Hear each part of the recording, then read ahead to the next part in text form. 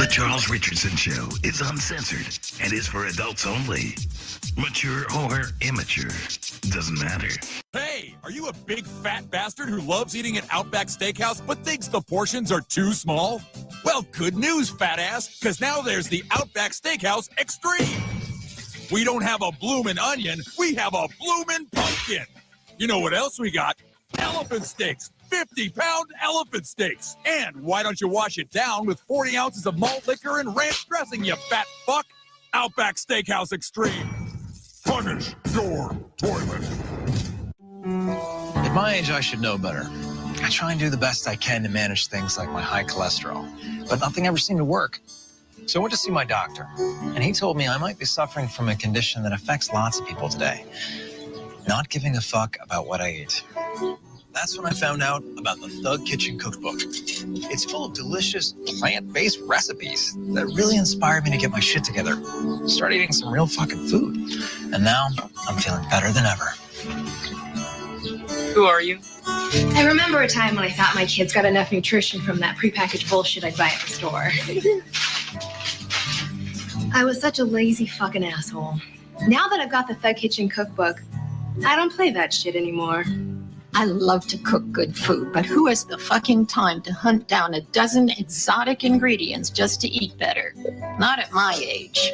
Thug Kitchen helps me cut through the bullshit with language that I can understand. If you or someone you love suffers from chronic drive-through dinners, meat sweats, gut rot, sugar shakes, or just want to get your shit together, see if the Thug Kitchen Cookbook is right for you. Thug Kitchen is not for everyone, including people who might be offended by words like ass, shit, fuck, or motherfucker. Some side effects may include feeling better, looking fly as fuck, saving some goddamn money, and in some cases, increased culinary competence that could lead to becoming a skilled son of a bitch in the kitchen. So find out today if the Thug Kitchen Cookbook is right for you.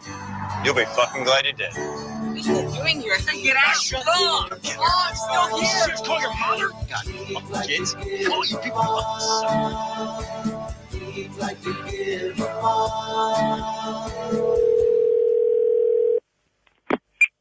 Hello, you have reached the automated answering service of your school.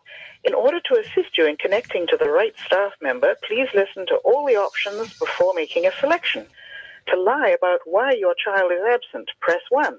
To make excuses for why your child did not do his homework, press 2. To complain about what we do, press 3. To swear at staff members, press 4. To ask why you didn't get information that has already been enclosed in your newsletter and several flyers that have been mailed to you, press 5. If you want us to raise your child, press 6. If you want to reach out and touch, slap, or hit someone, press 7. To request another teacher for the 3rd time this year, press 8. To complain about bus transportation, press 9. To complain about school lunches, press 0. If you realize this is the real world and your child must be accountable and responsible for his or her own behavior, classwork, and homework, and that it's not the teacher's fault for your child's lack of effort, hang up and have a nice day. If you want this in another language, move to a country that speaks it. Thank you for your interest in public education. Right now I'm in a new chapter. In this chapter, reality is hit. Reality is, I'm single, fucking dating. I can do what I want now. Now, here's the scary thing about dating for me. I believe in karma. Whatever you do in life is gonna come full circle at some point in time. I know it is, okay? My fear is I'm gonna fuck around and fall in love and I'm gonna get hurt. When I think about getting hurt, I think about the ultimate level of getting hurt. Like, I'm trying to surprise my lady on her lunch break. She would be in the car, give some dude head, I'm gonna fuck around and see it. Now, I know I'm not strong enough to deal with that. I'm too emotional. I'll break down. No. Pick your head up. Don't finish it. Jesus, take the wheel, please. I know I can't deal with that. Some men are, some men can't. Some men are strong enough to catch that woman in the sexual act, like giving another man head to the point where they can go up to the car, open the car door, and say one sentence. In that sentence, they'll let a woman know how much he loved her, how bad she hurt him, and where he is mentally. He can walk off. Some men can pull it off. You know what? I loved you the best that I could. What I could do, I did. What I didn't do, I tried. Fuck it. He'll walk off. She'll feel bad. Why am I doing this? I don't want to do it no more. Did you get it? That was the dick. Did you guys get it? This was the dick. Did you get it? You got it? Right. Some men are different. Some men are killers. Some men are thugs all the time. No, fuck that. Fuck that. I see my girl in the car, give some dude head. I'm gonna go up to the car. I'm gonna grab him, drag him out the car. I'm gonna beat the shit out the dude. That's what some men feel. Would you do that, man? Chase, would you fuck him up? You whip his ass. You gonna fight the guy with his dick out? His dick is out. This guy got the hard dick. That's the wrong answer, Chase. I don't like that answer. I don't think you thought about it. You should have thought it through. His fucking dick is out. I can't fight the dude with the hard dick. It's not gonna happen. The reason why is because I'm small. When I fight, I gotta get low. I gotta get your legs. If your dick is out, at some point in time, that's gonna cause a problem for me. At some point in time. Yo, you got my girl out here in a fucking car? Huh? Nigga?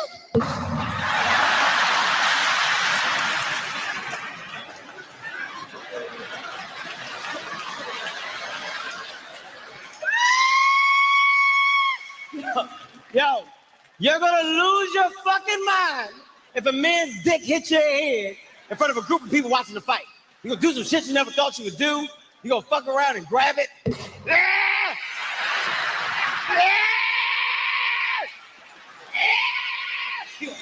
You're gonna say some shit you never thought you would say. I'm gonna rip it up! This dick is coming with me! This is my dick! I got 2 dicks now!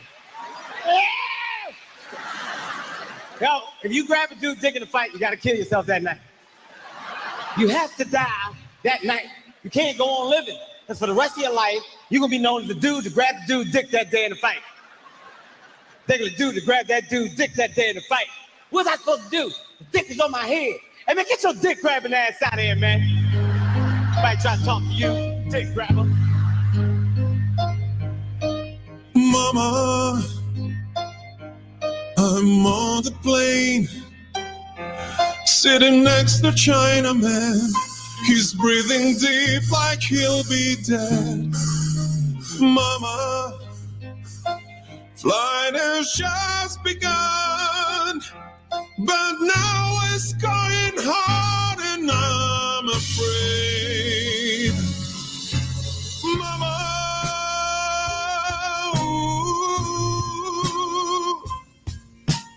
I don't wanna die. I sometimes wish I'd never been visiting Wuhan. Going on, and nothing really matters.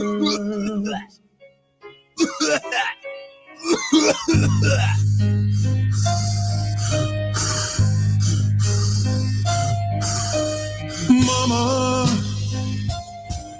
I'm on the plane, sitting next to Chinaman. He's breathing deep like he'll be dead. Mama, flight has just begun, but now it's going hard and I'm afraid. Mama,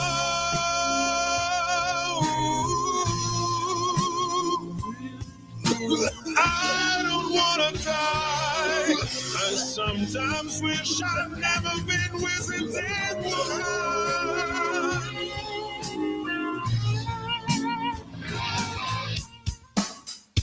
Live from the Raw Talk Studios in Southwest Florida, it's the Charles Richardson Show.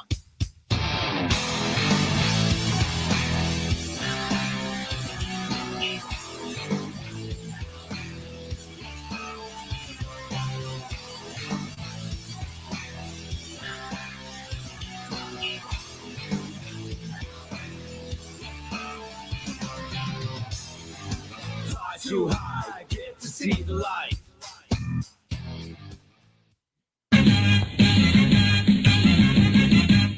What's the worst day of the week that gets us all depressed? MONDAYSUCKS. Here comes more aggravation and a brand new week of stress. MONDAYSUCKS. Monday sucks. Monday sucks. Monday sucks. Monday sucks. Forever will it make you want to cry, cry, cry, cry. Come along and sing your song, now get it off your chest. MONDAYSUCKS.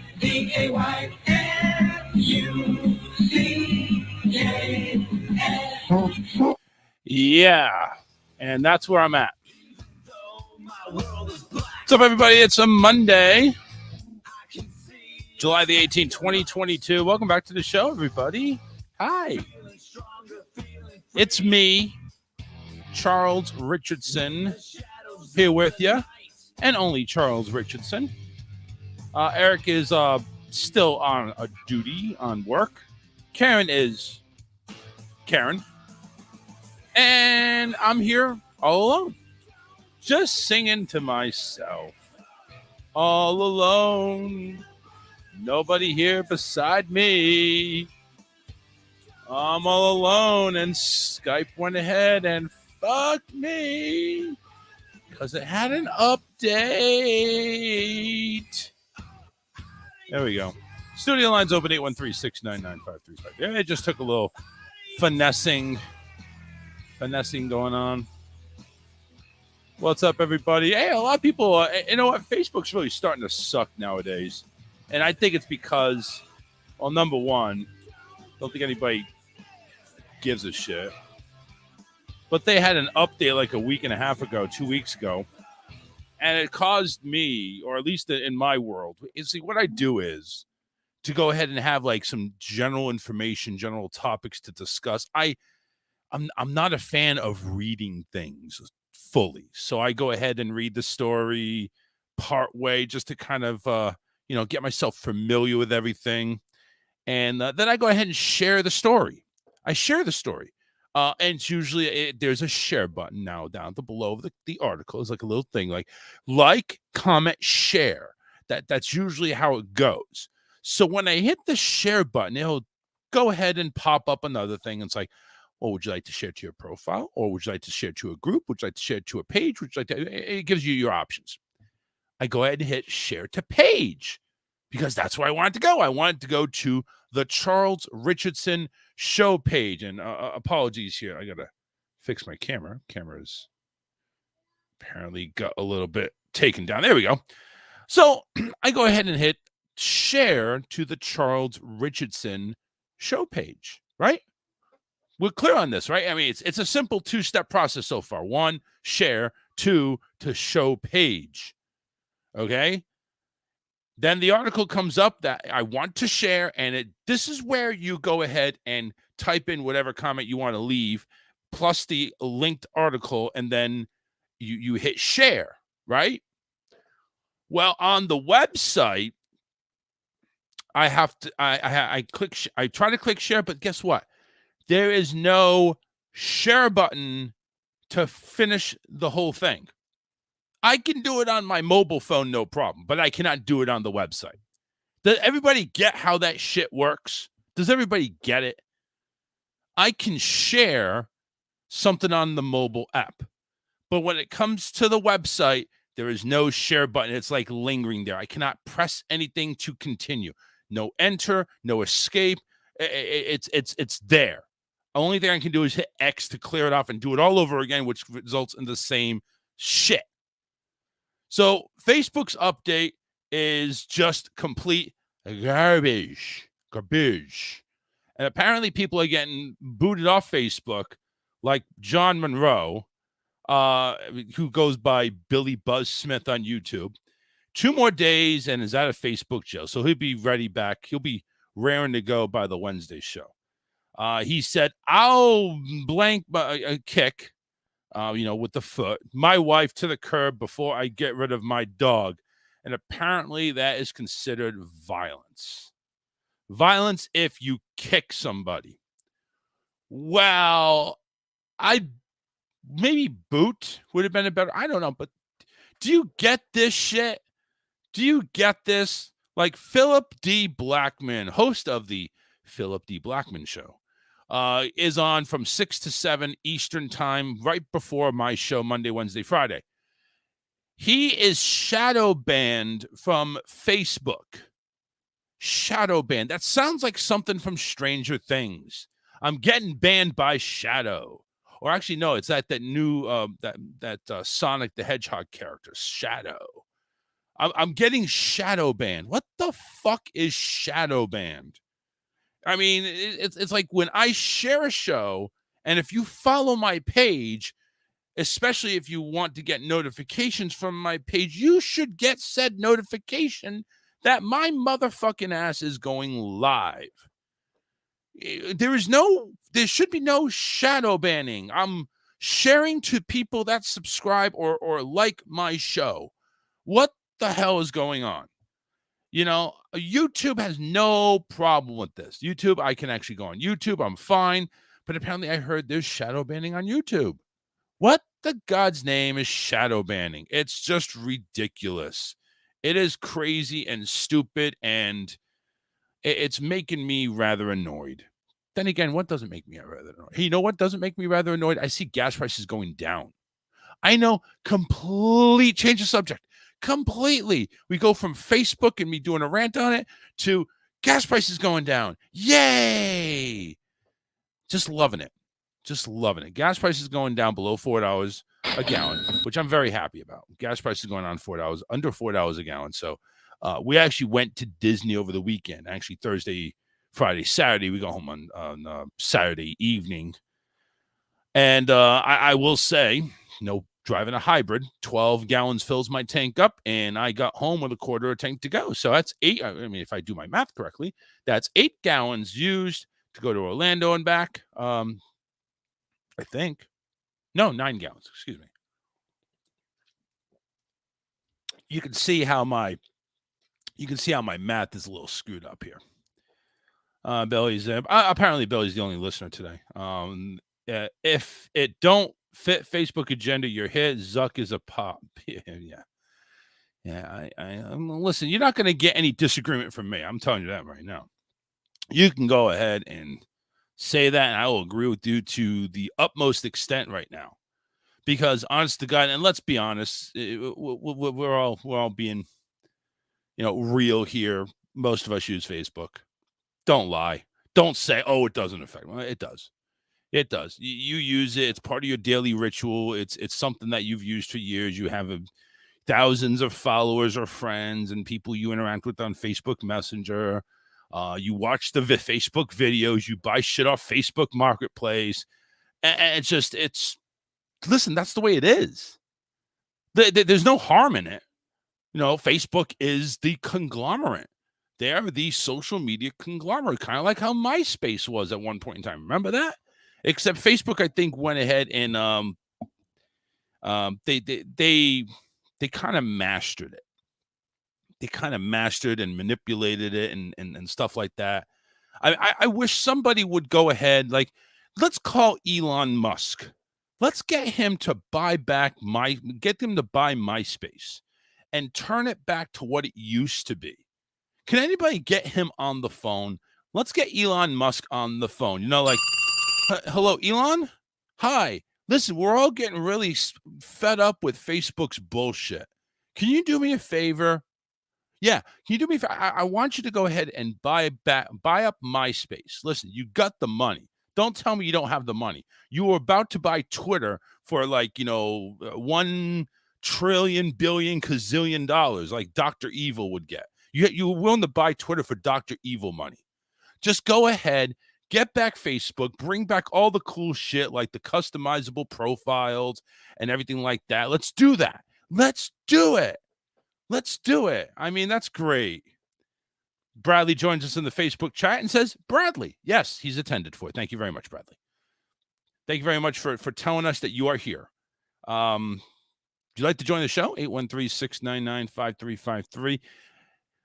Supposedly getting a couple of co-hosts coming in, both of them late. One due to work, the other one is due to just being the way it is. That's what's really going on. Actually, Eric just went ahead and posted at 7-Eleven. He'll be there in 5 minutes. That was 3 minutes ago. But that's okay. It's okay. Listen, I got no problem with that. No problem with that. But I think there seriously needs to be some type of competition in social media because let's put it this way. Facebook and Twitter and Instagram and to all this other shit. What is there really to direct comparison to Facebook?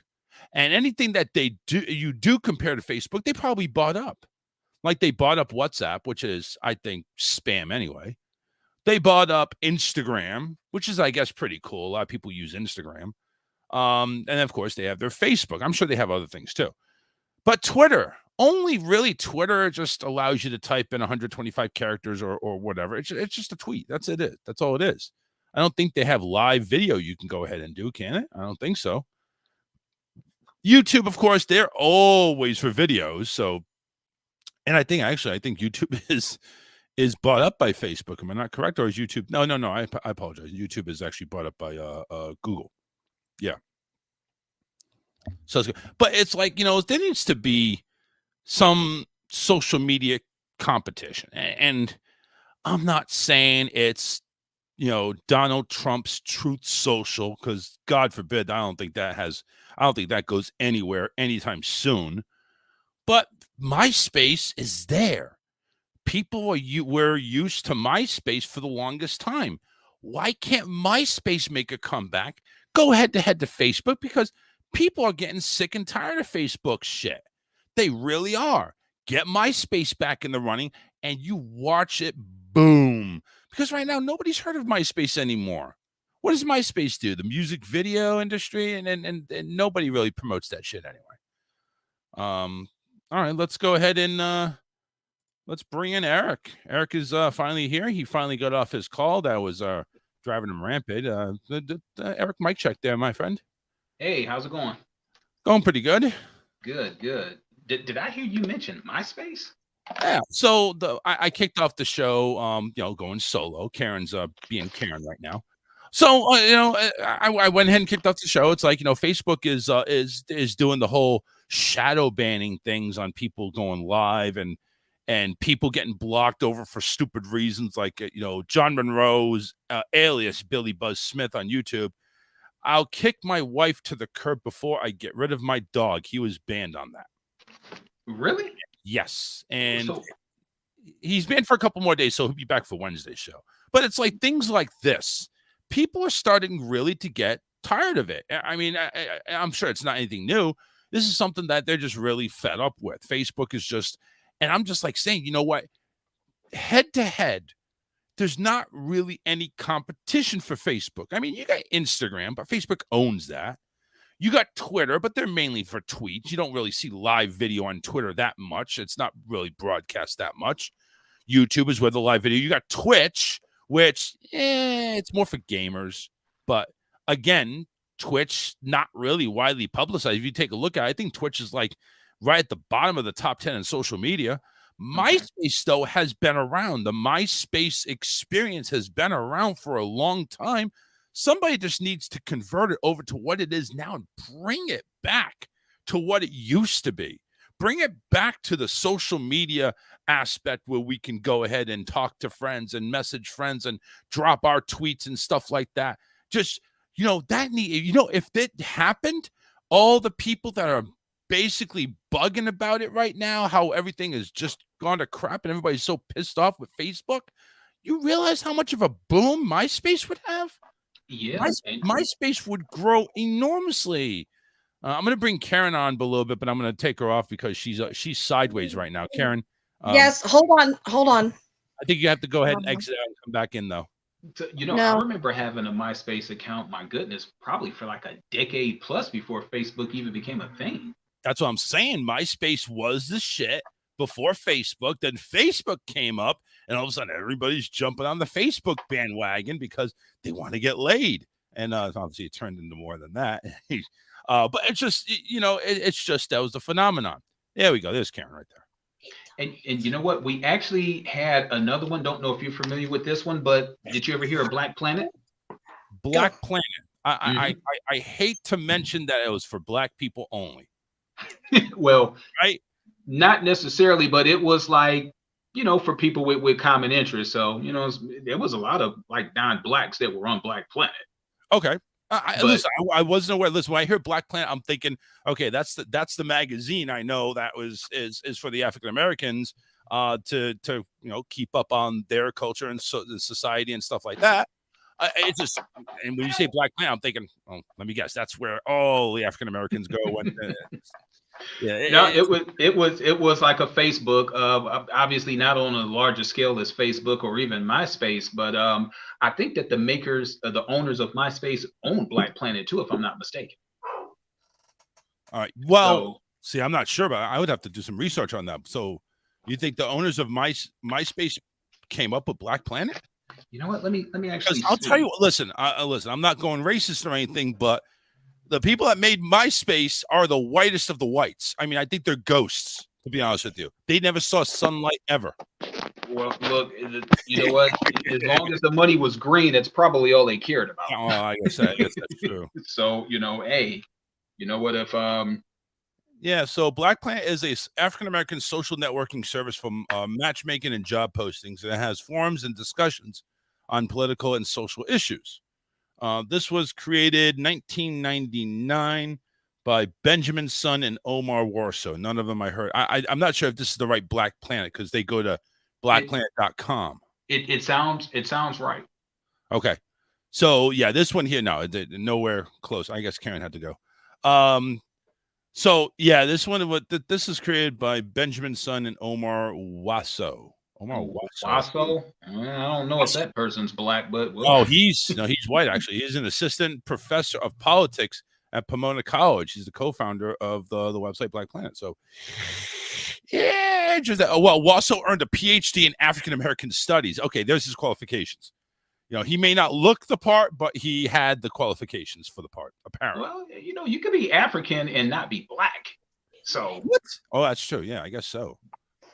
Yeah, I guess so. I mean, just think there's a tons of people that are down over there in Africa that aren't black. So, I don't think that we've got the what's the word that I'm looking for? The monopoly on Africa as far as being black. There's lots of other ethnicities that are in Africa, but John Monroe says, MySpace, Tom, will you be my friend? Yes, of course, Tom will be your friend. I don't think you can avoid Tom from being your friend, to be honest with you. So, anyway, all right. Yeah, everybody. We got the trio in here. We got Karen down at the bottom. We got Eric to the top. Eric's top of his forehead's missing, but trust me, it is there. Would you like it back? Here. It's up to you. Too. There we go. Yeah, my hair looks good. My hair looks good. Your hair looks good too, Karen. Yeah, it's good. It's all good. Karen's a little Mine's bit. all windblown. Yeah. Yeah. So you've been traveling over the last couple of weeks, huh? 5,200 miles in, a 7-day span, but actually travel days was 5. So, 5 days in travel? Yeah. So, but you were telling me that you did a haul, and this is last week. I mean, right before you had to come over on Thursday, but you said last week you went out, you just drained. I mean, all this stuff just drains the hell out of you.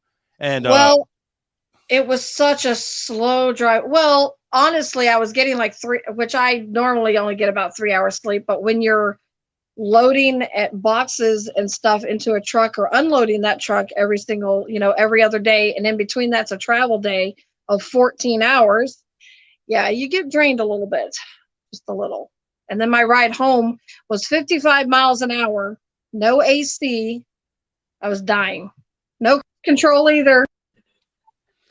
So, and Karen's gone through, I think, 100 cars in the past year and a half. To be honest with you, this is a moving truck. Oh, well, yeah, it's not a personal vehicle. It's actually we got it for the business, but the person that had it before us governed it at 55. Now it doesn't have to stay like that. We're going to change that. But and the AC blew a fuse. But I separated from David and Tommy, so they took the last load from North Carolina to Tennessee, and I headed back home because I had to be back to watch my granddaughter. And I was by myself. So it was just a very long ride, ride. I know about long rides, and part of the ride that we did up to Boston, yeah, the AC kind of went out, but you had explained, or David had explained it to me, that the AC could have frozen over, which is why it didn't work for some of the time. Yeah, that's true too. But mine was, I guess, a fuse blew in it because the system itself is brand new. Yeah. But, John, you, by the way, he sends his love. Oh, I think he needs. I think he needs a boob shot later on. So make sure you go ahead and message that to him. So anyway, yeah. Anyway. so on to the next. Right. So hopefully the trip was worth it and it was successful and it made. Oh, absolutely. Okay. Hey, listen, if they got paid for it, it's successful. I mean, no luggage was lost. They didn't. Nobody Fast and Furious them or anything like that. So everything was fine. Well, I think your motto should be "Have skills, will travel." Right. There you go. Yeah. All right. Well, that I don't know. I don't know about that. It was just because it's just one of those things that you getting there, not getting to rest, and having a time frame of getting it done so he could be back for other stuff, and I had to be back. It was exhausting. It's just, and you have to stay in that mindset that you have to keep going no matter what. You just gotta keep going. David gave himself a black eye while we were there too, with a water bottle. I mean, busted the eye underneath open, black and blue. The hell? A water bottle? With a water bottle. Yeah, my son was tossing me. I said, toss me a water bottle. We were both up on the porch and he was at the truck, and I said, he goes, well, I'm not throwing it to you because if I accidentally miss and hit you in the face, I'll feel bad. And I said, so he told David to catch it, and David bounced it off his hand because he almost missed it. And when he did, it flipped over end a couple times, and the cap of it came and busted him right in the bottom of the eye. That's just exhaustion right there. Listen, I'm too tired to catch anything. Just pour the water in my mouth. Okay? The owner or the customer came out and he looked at David and his eye was already swelling, and he goes, what's going on out here? And he goes, she did it. And I'm like, oh, he did that himself. Wow. He's like, do I really want to know? I'm like, no, this is pure stupidity going on. But no, it was a good job. Very good paying job. It's just, it was tiring. Well, let's put it this way.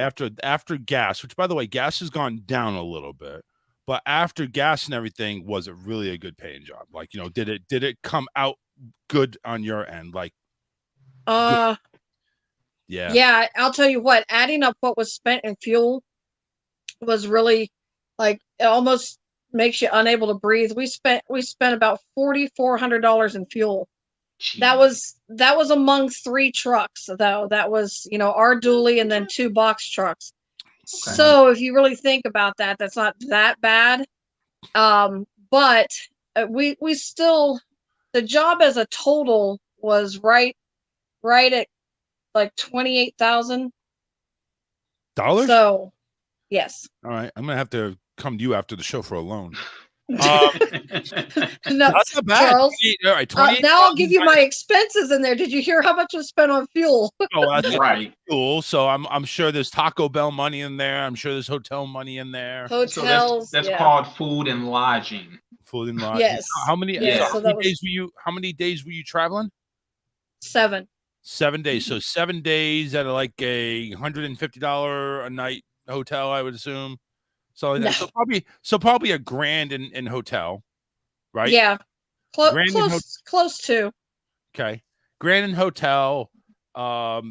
3 people for food. Well, again, if you kept it at Taco Bell, the 3 tacos, that should come like $4 a piece. Then we would have never had any miles under our belt because we would have been in a bathroom. We constantly stopping, right? I hear you there. Well, listen, $28,000 to spend on 3 days. That's not terrible. That actually sounds like a good payout, even if it was at a decent hotel, which is about $150 a night for 7 days. And then we bought the box truck before coming back. So I would say if and listen, this is Disney talking. So I would go ahead and venture 3 people, $15 each, $45 per meal. Again, that's Disney. Right. That's roughly, yeah. You could always cheaper. $15. So I'm going to break out the trusty calculator here. The handy dandy calculator. Yeah. And of course, this doesn't include any extra spending that Karen did while she was at the sex shop or anything like that. So we had 3 meals. They have a huge one at south of the border, by the way. Wow. I saw about that one. I saw that one because we passed south of the border going to New England. You didn't stop? I know we didn't stop. We had no reason to stop. Anyway, all right. There's everything there. Back to my we got to get back to south of the border in a few minutes. I need to know exactly. We're not talking about that south of the border, are we? Like, I don't know. You tell me. So I'm coming up $15 a meal for 3 people. So that's going to be $135 a day times 7. So we're at $945. We're already looking at. We already agreed it was about $1,000 for hotel, and you said 2,800. Ooh, no, that's times 1,000. Excuse me. Excuse me. Plus 1,000 for the hotel, and you said $23,000 for food, fuel. 4,400. No, 4,400. 4,400. Let me add another 1,000. That was 4,400 divided by 3 trucks, right? Yeah. Okay. Okay. Well, it doesn't matter. I'm looking at the total price here. So far, and again, this is food, lodging, gas. We're looking at around 5,000. Mm-hmm. Now that is minus the 28,000. You just made a grand total of $23,000. Not bad. 23 grand. Yeah. You know what? Take some time off. You don't have to work for about a week. It's amazing how fast it goes. We bought that box truck, so there went 10 grand, and now the rest is going into David's insurance and licensing and everything. So, paid Tommy his wages. And when is David finally going to go ahead and get into the shit business? And when I say that, his state test for Florida is the 25th. Okay, so once he passes, he's clear to go. Yep, he's good to go in Florida. Very good, very good. Because trust me, there's a lot of shit in Florida. I know, and a lot of building right now, which is going to bottom out soon. But no, there was a report there. Jimmy went ahead and posted it, said it's BS. He's still running strong. 15 to 20. You will for the next, I would say, top year and a half, 2 years, and then it's going to start slowing down. Well, it may. That's why I keep pushing David so hard. I don't think it's ever going to stop, though. It won't stop. It's just going to slow down. Right now, the builders and stuff can barely keep up, and of course, the demand for supplies is difficult sometimes. But it's going to slow down to where you can at least catch your breath. That's for sure. Yeah, probably. So 813-699-5353. We got Karen's trip covered. Eric, did you have a trip that you went on over the weekend? No, it was family time. So I didn't have a trip. So we just spent some time. Matter of fact, we've got more family time that's coming. Family reunions going to start on Friday. So I won't be here. There's a fish fry that's going on. But no, a lot of the stuff we've been doing has been like family activities. Nothing is as extravagant as Disney, but we try to do what we do up here. There's nothing really to go ahead and compare about Disney. Disney's just a whole nother world, literally. No, I'm gonna have to get out there soon because I was looking at your stuff online and I'm telling you, you guys like you were having a ball. Like that water ride that you guys were on. Oh man, that looked really, really nice. Yeah, and yeah, Splash Mountain, and you want to get there before they close it down because they're gonna retheme it because of everything being woke. So, oh dear Lord. Yeah, they're taking away the Bray Rabbit and they're putting in the Princess and the Frog. They're gonna retheme it that because we can't have Bray Rabbit and whatever shit that they're complaining about. I guess I don't know. But that the kids don't pay attention to anyway. Well, the majority of the adults don't either. To be honest with you, it's not the kids that are making the complaints. It's the adults. It's the oh, this is not right. This is back in the 20s and 30s and 40s, and oh, how dare you make a ride based on a rabbit and a bear, and I mean I don't understand where the and maybe I'm ignorant. I just don't see where and why they're protesting. Is it because? And again, I apologize, but is it because there's no African Americans on the ride there? It's not based on African Americans because now Princess and the Frog, that's what it's going to be based on, and the Princess and the Frog is of color. So it's like I don't understand, Eric. I don't get it either. It does everything now. If it's not anything to do with, if there's no color in it, is automatically how dare you? Like I don't get it. It's like God forbid if we forget to cast a black man or a black woman in a movie, now it's like, oh, how dare you? No, but you can go ahead and cast Friday, and I think there's one white guy, and we're just like, oh, well, we're okay with that. Wait, there was a white guy in Friday? Exactly. I don't think there ever was. No, I don't think there was. So it's like, Well, what is it? BET, Black Mhm. Entertainment Television. yeah.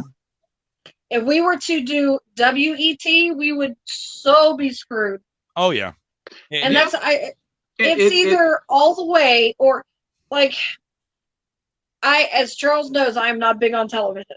But I was watching his dogs, so of course I thought, you know what the hell? You were on I'll go and I'll Netflix. catch the new. I saw the history on the TV. You were on Netflix. That doesn't count. But I watched Grey's Anatomy. Every episode is the same thing. And now, first, they start out with women's rights and the COVID, and the hospital shortages. And then they did the blacks' rights. And then they moved into the last episode I saw was Asians. It's like, can we just have a storyline and it be entertaining and not have to fill some agenda? To me, it's annoying. And that's one reason I don't watch television anymore. Well, you know something? It's every sitcom that has that. Even Roseanne, the new Roseanne that came out, yes, it was all political about Trump and how. Yeah, that's what you and Alyssa had said.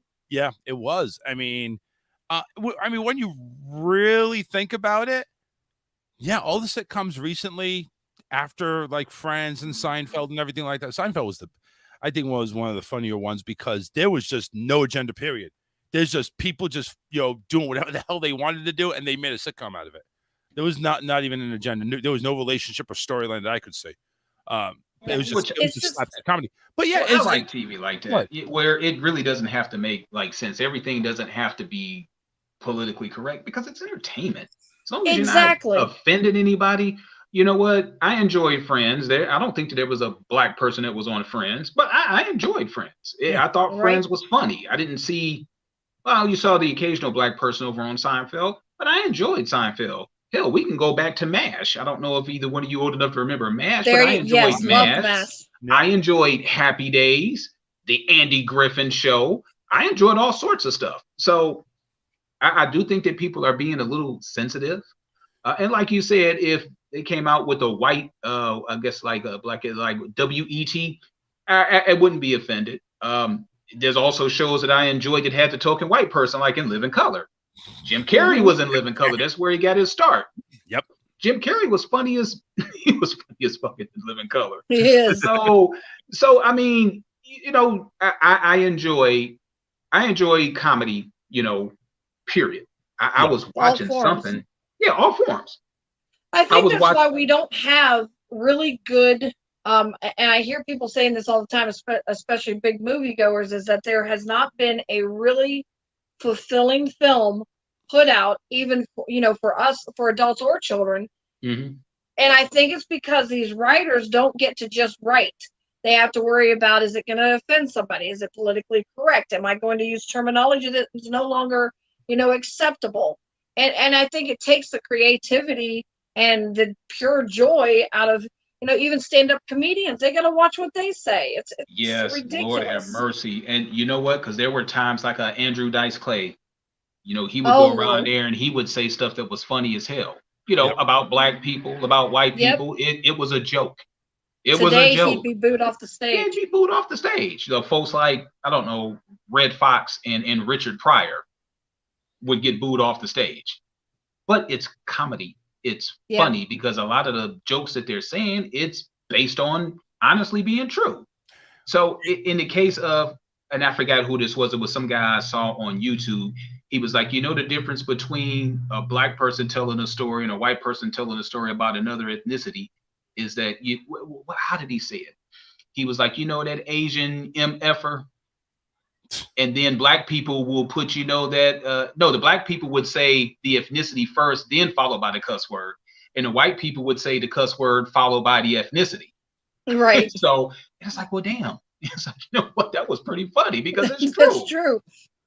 So I think we're too serious. We've got too many, I don't know. Everybody is just like super, super sensitive.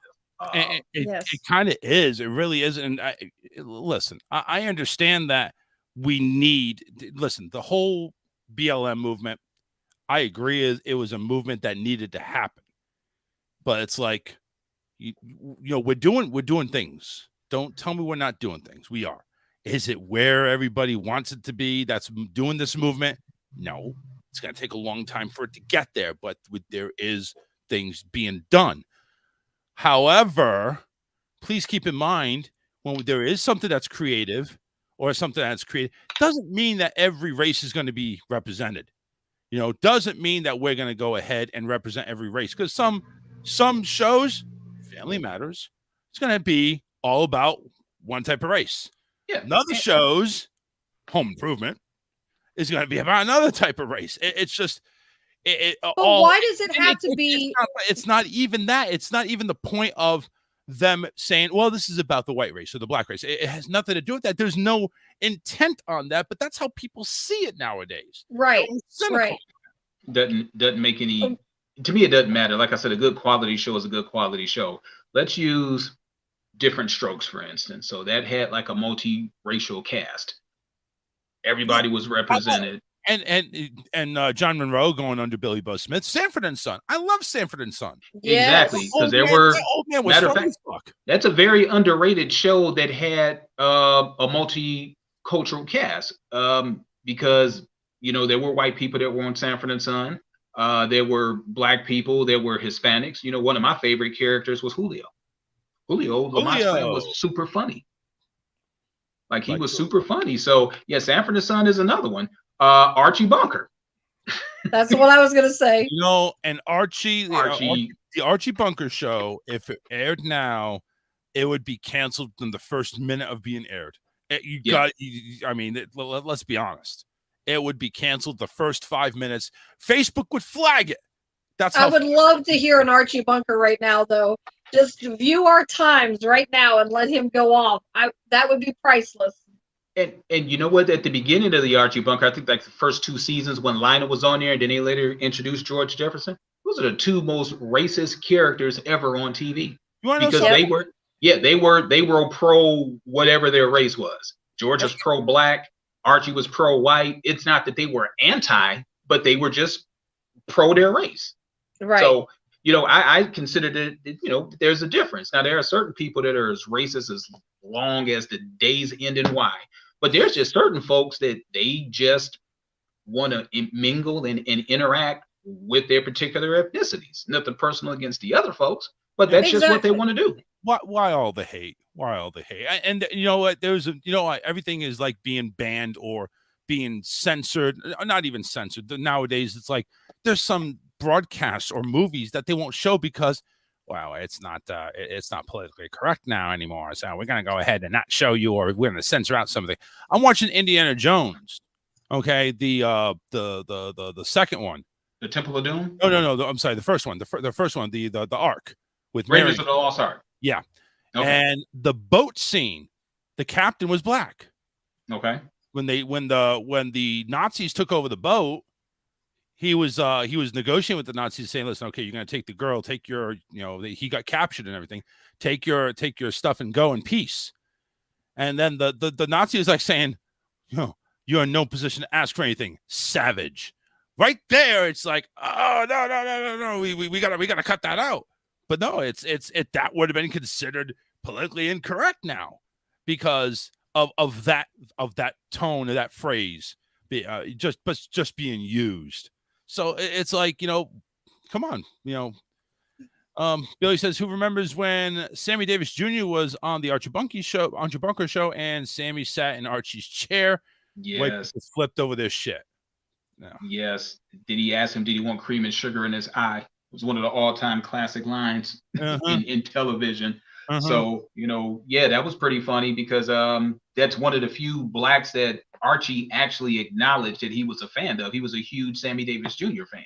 Yeah. And so, I remember I've seen that episode countless of times, and that was real, real funny. And the crazy part about it is that Sammy Davis was a black Jew. Yes. So that was a... Go love Sammy. Go love Sammy. Yeah, got to. Yeah. But it's very, very, man, we're like so sensitive when it comes to stuff now. I just really wish that we would just kind of back off. Having to explain a Black Lives Matter movement gets draining. And essentially if you just take the black out of it, and we do feel that all lives matter. We do. So when the Asians were going through, you know, their issues down over in Atlanta and down over in Texas, where like the nail shops and the massage parlors and stuff were being bombed, you know, whatever ethnicity happens to be under attack, their lives matter. So if something happened within the white community and it was done by non-whites, white lives matter. So the movement isn't trying to exclude anybody. It's just simply highlighting the oppressed race at that time. So I get a lot of folks that are like, oh, why don't all lives? Yeah, all lives do matter. But at this particular time, who's being oppressed? Is it us, or is it the white people? Is it the Asians, the Koreans, the Mexicans? Everybody matters. So we really need to make sure that we don't get so caught up how the movement initially started. It's almost like the civil rights movement. You know, there were other ethnicities that were marching hand in hand with us when we were getting sprayed, you know, by water cannons and getting dogs sick on us. You know what? Other ethnicities were out there dying, you know, too. So it's really about working together where, you know, I may be able to articulate a message to the blacks and somebody else may be able to articulate the message to the whites that we can all understand. That's the purpose of having everybody together in all of these movements, because well, the movements start off with a good purpose. It's just you get the extremists that let's say the movement start off with a tragedy. Let me ask you this: if George Floyd never happened, do we see BLM? Probably not as prominent as it did get. Now, I'll admit that a lot of people who were looking at the Black Lives Movement thought that it was a bunch of militants that were just running around wanting to loot and all of this other stuff. You know, this was just ignorant ass people that were just taking advantage of the situations. So on the outside, it looks like we started this big, huge riot and just a bunch of black people or a bunch of minorities that was running around here looting. But, you know, in reality, the vast majority of the people who were doing it were non-blacks. Right. So, you know, no group who is trying to strive for equality is going to accept that as a practice. You know, going out looting, destroying your community is like one of the dumbest things you can do. It's one of the dumbest things you can do. That's kind of whole anti doing what you're supposed to be doing. You know, it's you go ahead and destroy your community. I don't understand that. It doesn't help out anybody. So no, it definitely and doesn't. That's why I try to remind people that, like, the difference between the movements that I see today and with the rioting and them trying to say that it's because we're fighting for rights. I look back when civil rights movements started with even Martin Luther King, and they peacefully, even though they were many times being attacked themselves, they stayed peaceful. They continued to move along and do their marches and do their meetings and stuff and speeches, and it was all peaceful. No matter what was being dished out on them, they stood peaceful. And that's the difference between now and then. And if to me, there was more taken from civil rights movements then than there is now. I don't think people even see it as serious. I find more people taking it as propaganda, a moment to be involved in something and possibly get pasted on TV or social media somewhere. I don't think they take value in movements like they once did. Billy's going ahead, or I know why I'm calling him Billy. John Monroe, Black Lives Do Matter. It's the organization, BLM, that's fucked up. Look at all the money that they've raised, and top officials of BLM scammed the public, in my opinion. What's your thoughts on that? Do you think they went ahead and do you think they really did scam the public? I think in a certain in a certain way that they did, because as you dig a little deeper into the founder of the Black Lives Movement, that wasn't the initial movement that they actually founded. So from what I gathered when I was doing some research on this a couple of years ago, is that they were under some sort of an investigation for fraud and all of this other stuff. So yeah, the fact that the people who created the Black Lives Movement doesn't take away from what it wind up morphing to. So, you know, a lot of people in the Black community are aware that you know, there may have been some money that may have been embezzled, but you take the people out of the equation and you think about what it's morphed into, and the vast majority of the people, were joining the movement for the reason that it was intended, or at least the reason that we feel that it was intended, is to make sure that everybody knows that not just blacks, but all minorities, and of course, including white people, that there's just certain practices that shouldn't occur. I shouldn't have to be extra fearful when a police officer pulls me over because I'm 6'3", 260, and I'm black. I have to get asked like 10 questions for every one question you may ask a white person. I pay my taxes just like everybody else. I'm a law-abiding citizen just like everybody else. I love my community. I raise my kids, blah, blah, blah, blah, blah. Why should I have to go through extra hoops? Why should I have to have like 10 or 15 squad cars for a routine traffic stop? Why can't I walk to the store late at night and not have the police stop me, ask me, what am I doing? I'm like, I'm walking to the store like the two white people ahead of me. Why didn't you ask them what they're doing? Yeah, see, and I get that. Well, you know what? I take that back. I apologize. I don't get that. I don't understand why you have 3 people walking to the store, 2 white people, 1 black. Why should they be questioned, period? Yeah, I'm not doing anything. Not doing anything wrong, right? Yeah, and the whole suspicion and all of this other stuff, there's criteria for you to use that. Okay, you're suspicious of what? You trailed me for 2 blocks. You know that I'm like walking. I told you that I was going to the store. So why should I have to answer a bunch of questions? I'm a U.S. citizen just like everybody else. Now, has that actually happened to you? You just walk to the store and somebody pulls up? Really? Mm-hmm. It sure has. It's happened on a couple of occasions. So it's like, well, damn. One guy asked me, I think I was maybe like 21 or 22 years old. It was like right around Halloween. We had like a curfew, like a 9 o'clock curfew, and he was asking me what was I doing. I'm like, I'm getting out of my car to go to my apartment. And then they want to, get your license, and they want to have a conversation with you saying that, oh, you fit a description of somebody who lit something on fire. I'm like, okay, well, what was the description? Oh, well, you fit the description. I'm like, what was the description of the person? I'm like, was there a tall black guy with glasses? I'm like, what was the description? Now, I've got my work uniform on too on the way home. So where was I working? I think I was working it was an auto parts store. So I got this auto part uniform on. Basically looks like a mechanic's uniform, name tag, the whole 9. So, he was asking me, well, where were you? Like during that time, I was at work because I came straight from work, got some gas, came home. Got some gas. What were you doing at work? I was telling a white person what type of transmission he needs to get. Yeah, probably so in that particular case. So he was like, so you got some gas? I'm like, yeah, got some gas over there on 8 Mile and Shaner, which is like the dividing line between Detroit and Warren, which is the next largest city in Michigan. Okay. So it was like, okay, I'm like, would you like to see the receipt, sir? And he was like, oh, well, I didn't ask you for the receipt. I'm like, I know you didn't ask me. I asked you, would you like to see it? You asked me where I was. This would prove my whereabouts. Sure, right. I'm like, or would you like, or you're going to take me in custody and we're going to wait till tomorrow and then you can call my job and verify that I was actually at work. I'm like, what are we going to do? I was tired at that point. It's like, if you're going to arrest me. Shit, I just need to get off my feet.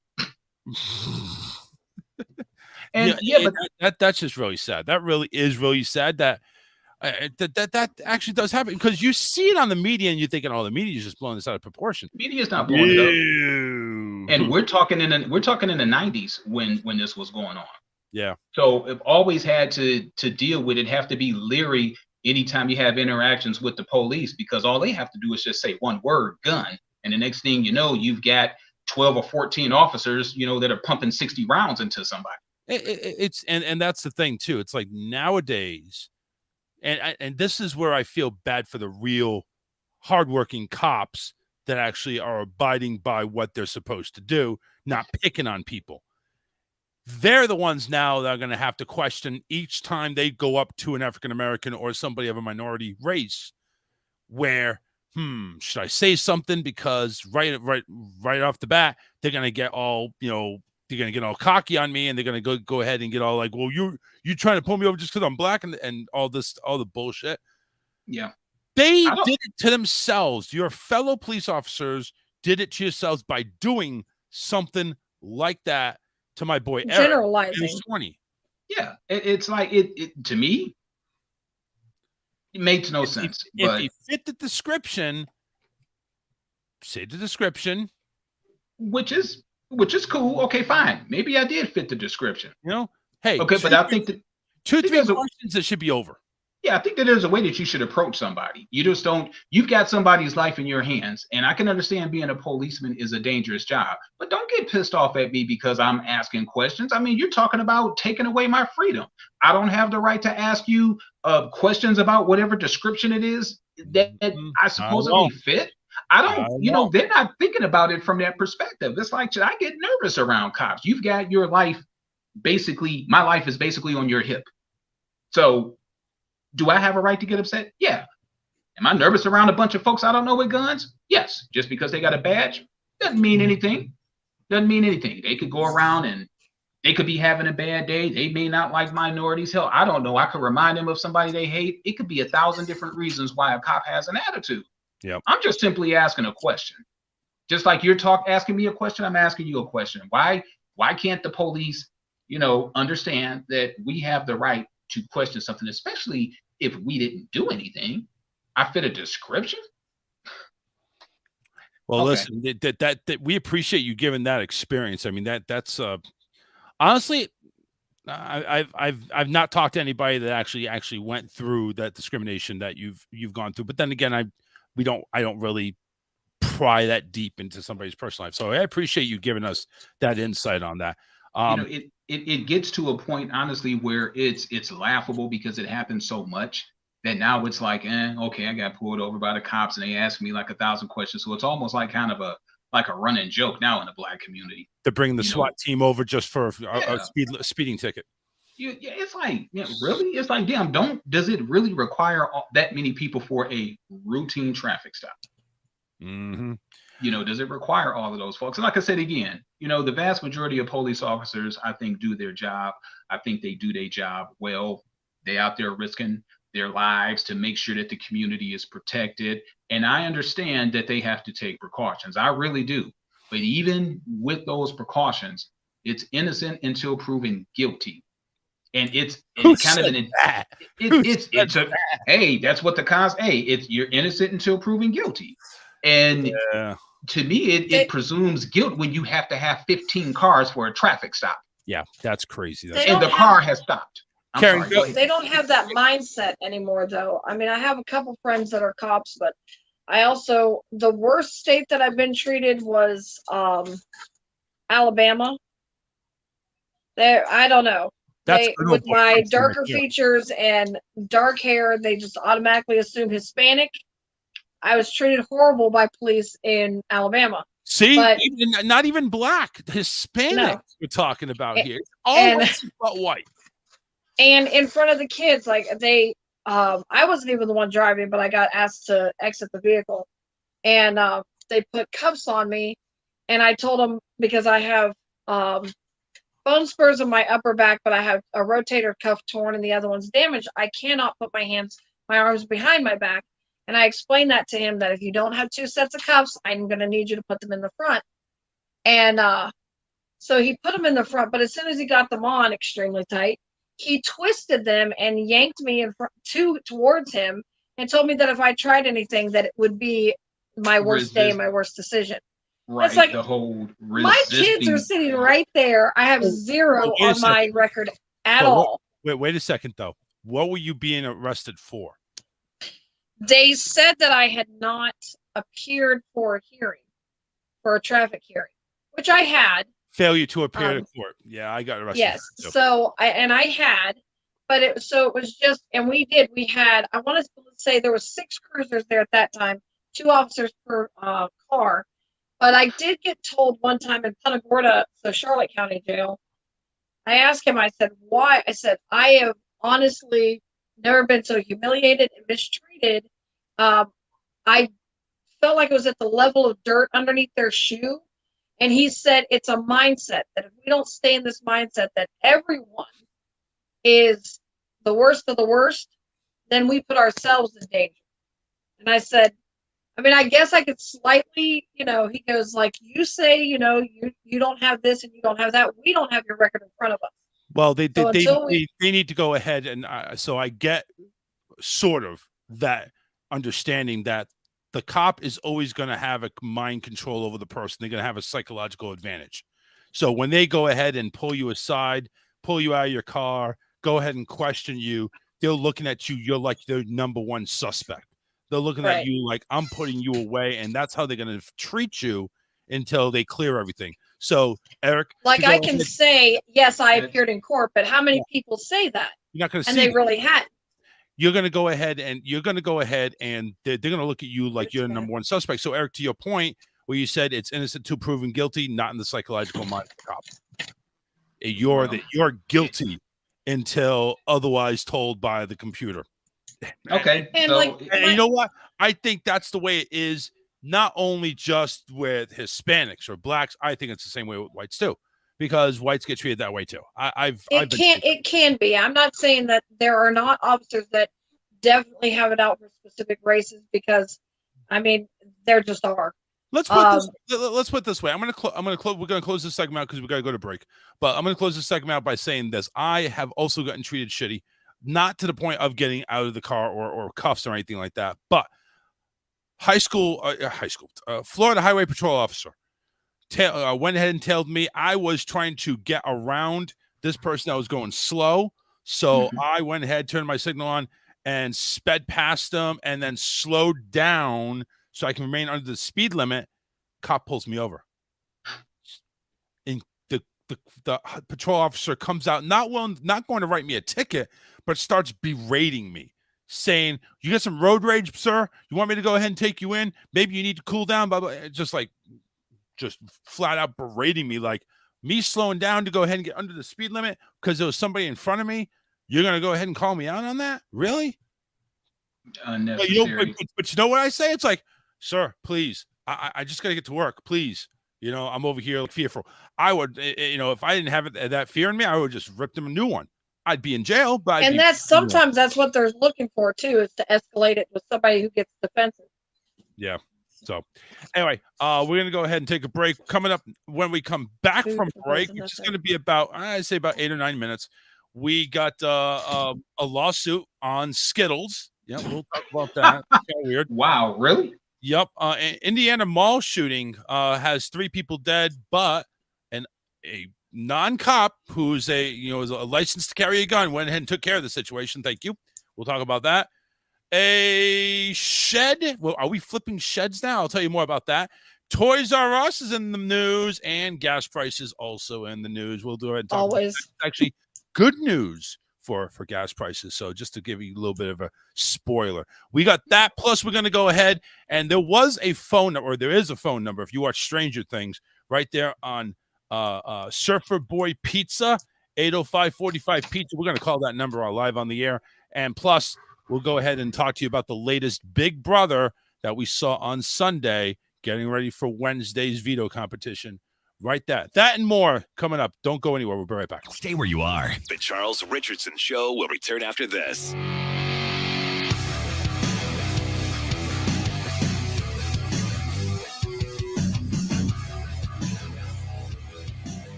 Take my hand, pull me through. I try to stay, I don't know what to do. I'm on my own, miserable. I'm from pain, stuck behind. I cannot gain. No way out. We're falling into misery. Still my ironic ways. We don't want to live alone. So bring your life into our goals. Efficiencies, these empty minds are all I see.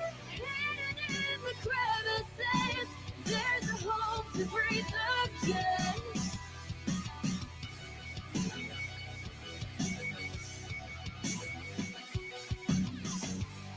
I'm a parasite among the dead. The lies I told better left unsaid. This can't be it. Cycle goes, it never ends. Your words echo inside my head. They capture me.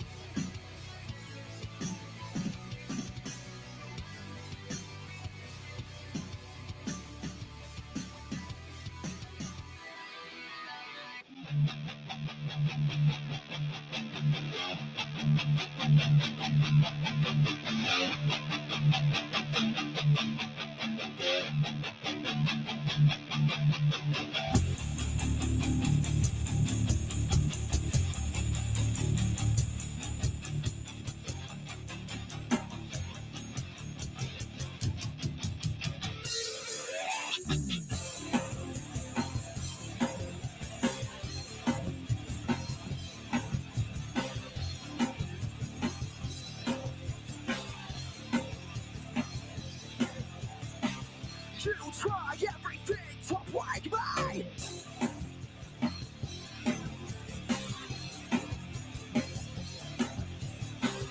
Your lies, your laws enslave me.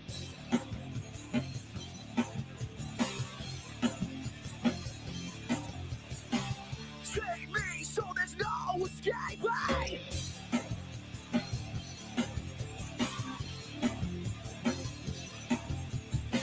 But no man, no wall can cage me.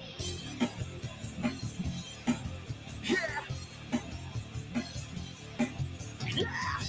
I'll take your whole world, we're burning down. Burn this life that you created to the ground. I said I'll take this whole world, we're burning down.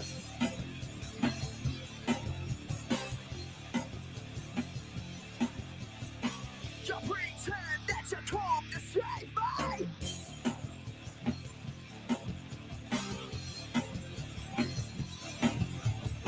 But you hold me down to rape me.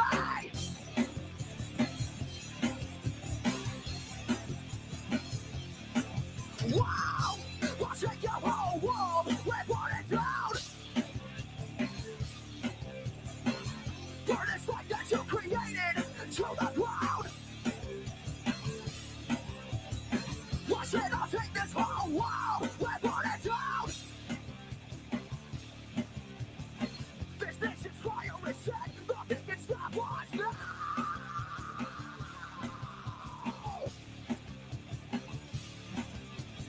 Burn.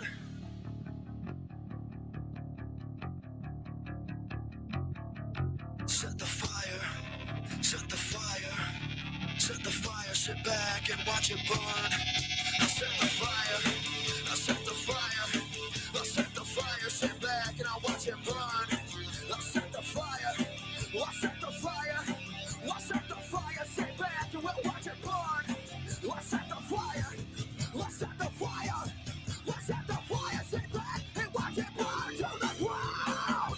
I'll take your whole world, we burn it down. Burn this life that you created to the fucking ground. I said I'll take this whole world, we burn it down. This nation's fire is set, nothing can stop us now. Burn! Burn! Burn! Burn! Burn! To the ground! See what I think you logically do with a 350, instead of having a $350 billion tax cut, what you do with that money is do a public works project. See what that is you pay a lot of people to build something, okay? And that way you employ people who are unemployed. And then they get money and they spend it, and that stimulates the fucking economy too.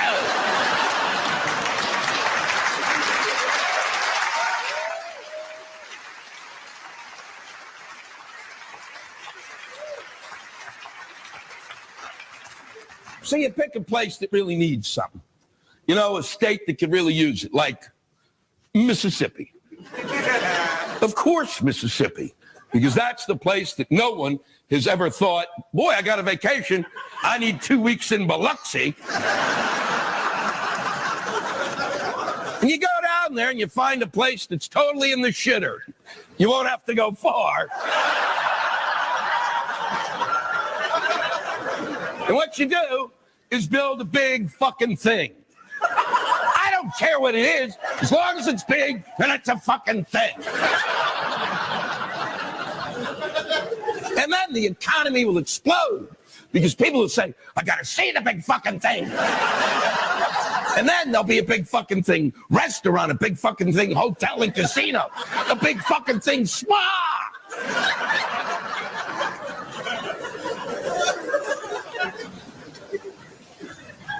See, what I felt they should have done for our first public works project is build a giant wall across the entire border of Canada.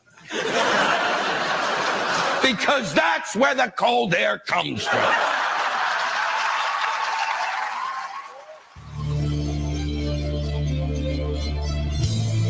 We're back to the best show you have never heard of. That's the Charles Richardson Show. 813-699-5353. Someone call to go ahead and get your Irish on the program. Karen's joined us back. Eric's on tape delay. Something like that. I don't know. Yep. Make sure you go ahead and give Karen a call. No, not for hooking up. She's not like that. Unless, I don't know. Anyway, I don't know what she does on the free time. Hulk Hogan Contracting, no, that's what she does. They're the team to go ahead and handle all your home improvements, lawn maintenance, car repairs, and much, much more. If you're in the Southwest Florida area, they'll go ahead and handle that. But if you're away from Florida, you may want to talk about hauling.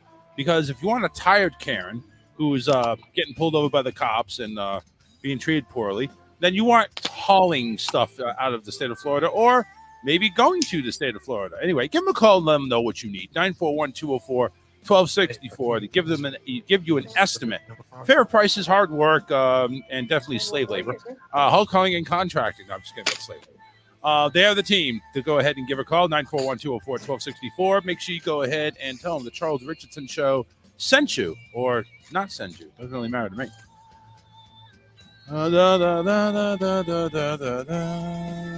What is the Charles Richardson about? What the fuck? What are you talking about, Billy Buzz? One back, Karen.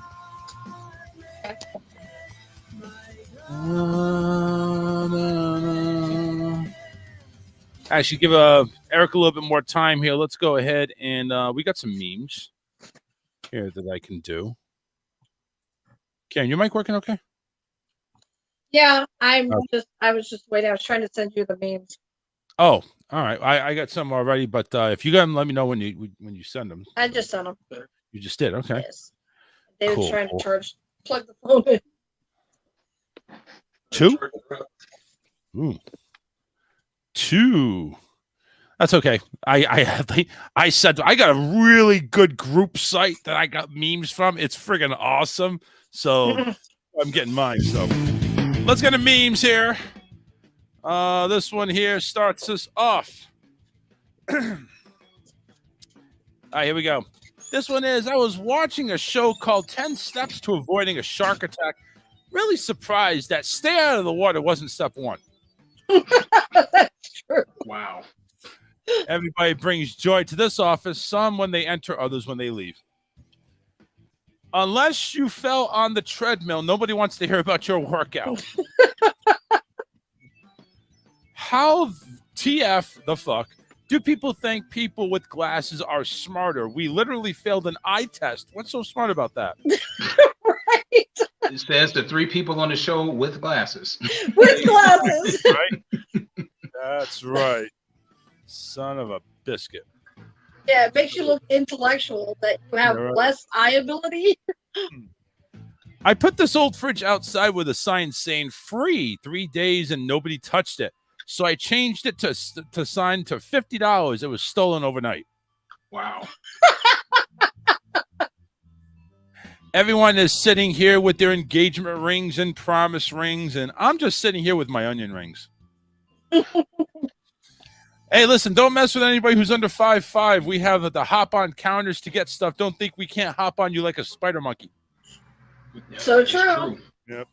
Here's a conversation between an interviewer and myself. Interviewer says, what do you think is your worst quality? And I say, I'm probably too honest. Well, the guy's interviewing me that says, that's not a bad thing. I think being honest is a good quality. And I say, I really don't give a shit what you think.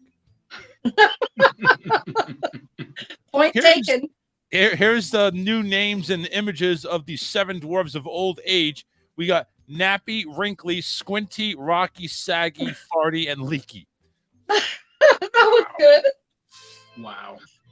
Here's a conversation between me and my wife. I say, please bring me a screwdriver. The wife says, Flathead, Phillips, or vodka. And at that point, I knew she was the one. Yep. Vodka. I wanted to shave my private area and used my cell phone as a mirror. It was all great until somebody started liking me on Facebook. Here's a guy, really creepy guy. Did you know in 2016, a 70-year-old Kansas man robbed a bank so he could get arrested and get taken away from his wife? He was sentenced to house arrest. Wow. Ooh. Oh, no. That backfired. That backfired big time. Bugs Bunny looking really, really hot and tired. It's so hot when I fart, I can't tell if I shit my pants or if I just sprayed the sweat off my asshole. Ew. Here is the Prime family, Optimus Prime and Amazon Prime. Your brother Optimus just saved the universe. Why can't you be more like him? Jeez, Ma, I give people free 2-day shipping. I'll never be good enough. Also completely unrelated, if you have a butt plug and you fart hard, would it hiss like a flat tire or shoot out like a bullet? Wow. Karen does not want to give that answer because I'm sure she knows the answer. All right, here's a man and a woman in bed, and apparently the man's very upset. Woman, it's like, it's not that bad. Babe, a tiny penis isn't such a big deal. And the guy says, I don't know, Jenny. I kind of wish you didn't have one at all. Oh my God. Ooh. His Uncle Fester with the constipated look. When you try to fart silently, but it comes with a side of gravy. And that, ladies and gentlemen, is our memes for July the 18th, 2022 here on the Charles Richardson Show. Those were some a lot of dirty ones on that one. There wasn't there a lot of little nasty what charged ones. What kind of frame of mind were you in? I was just like share, like, share. That is entertaining. That's it. That was kind of cool. Yeah, I don't even know what group it is, but I do know it's a group. I'm going to keep looking and searching for them too. All right. So the Surfer Boy Pizza phone number, 805-45 Pizza. That's 4574992. Let's give it a call and let's see what this does here. All right, here we go. Surf's Up, Surfer Boy Pizza. This is Argyle speaking. We make everything fresh here at Surfer Boy except for our pineapple, which comes from a can. But I still highly recommend slapping some juicy pineapple on your pie. Oh, fruit on your pizza's gnarly, you say. Well, I say try before you deny. Hello? Hey. Okay. I had to give it a shot. They say, well, you'll thank me later. I'm not sure who to thank because that just was stupid. That was kind of funny though. Yeah, it was. Kind of fits into the theme of Stranger Things. Yeah, it does. He was a good added character. Here's John Monroe. Karen fits the description as we were talking about cops pulling people over. Hot, sexy mama is Karen's description. John, on the day I come in, as plain glasses? as plain can be, hair a mess. Thank you, John. Yeah, exactly. See, let me explain something to you about that, because you probably wonder, why do you tend to get hit on when you're just like in your plain Jane mode, right? Okay, I'm listening. This is what guys typically do. If Guys we are horny see as hell. somebody, Guys look at somebody and say, do you have a vagina? Okay, I want to hit it. They don't care. In some cases, yeah, that's true. Women think that way too, but that's a I don't think conversation so. for another day. Yes, we do. A penis. Girls have a vagina. Just want to remind everybody. All right. Anyway, getting back to what I was saying, if I can get my train of thought back. Yes, sir. When a man looks at a woman and we see them out in their everyday playing, and then they have like that natural beauty going on, we're thinking we're dressing them like up, not thinking about how you are. But if you look that nice and you didn't even really do anything with yourself, we kind of envision what you're going to look like when you put the work in. So if you're ever wondering, why is he trying to talk to me? I just look any old kind of way, because we're measuring up. Now, I don't know what women do as far as, do you envision us exactly as we appear? Or are you thinking, you know what, if he's looking that way and if he, does a couple of things, he'll be like a 9 or a 10. So it depends on whether you're in uniform or not. I'm sorry. I wish it was that way, but no way in hell. Because all I need is lose about 150 pounds and get ripped and have long hair, and I'd be my wife's dream. Well, all right, think about this. Charles, have you ever just seen a woman that had like the makeup, the nails, the hair, all of that stuff done, and she looks like a 6? Have you seen? Yeah. So now imagine what this person is going to look like once you strip all of that stuff away. I'm not trying to talk to nobody if they're glammed up and the best they look is a 6 with the work. I'm not doing that. But see, no, and I don't believe that's the case out there with women looking at guys. Honestly, I don't see that with women looking at guys like that. It's like, well, he looks a little bit not kempt, but if he went ahead and combed his hair right and he went ahead and dressed up a little bit and actually took appearance, yeah, hell, he'd be fine. Okay, I'm female, so I'm going to chime in. Honestly, go ahead. I used to. All right, so I got involved with my first husband extremely young. Married him at 13. Married him by the time I was 16, and then started having kids at 20. So, but after him and I split, I was then with 4 kids, then adopted a 5th one. So my outlook was, I need to make sure that we're provided for. So my outlook for a partner was kind of a little bit different. So we always joke with David, because I was looking for kind of the suit and tie. I was a business owner and on school boards and stuff like that. So I was kind of looking for the suit and tie. What I found was I found David, but oh God, I really hope. I mean that in a good way. Oh, but, I hope so. Sure. David's sitting there scratching his head like, what the? Right. So, but the thing is now I have this outlook, and the hardworking men, and I actually dated one of the nephews of Asplin Tree Service, which everyone knows Asplin Tree Service. They got money coming out their ears. And in 6 months of seeing him, 1, he never asked about my kids. And 2, there was no chemistry. And because there was just nothing you could talk about that didn't involve money. It was all about the money. And while money is nice and vacations and all this expensive stuff is nice, it really isn't fulfilling. So when I sit in a gas station, for instance, and David makes fun of me all the time because he says you pick out the guys with the dad bods and the work boots, and most of them are getting off work or headed to work. Yes, because I know that they're going to bring substance first off to a relationship. And to me, that's attractive. They're not. Now, I am a person that I prefer to have makeup on. I have my nails typically done, typically done with jewelry too. So I am that person. But I'm not materialistic and superficial. But I just prefer to present myself on in a better form. But I do think that men and women both are, I think their substance of themselves is viewed more so in just your day-to-day attire rather than your clean-up good look.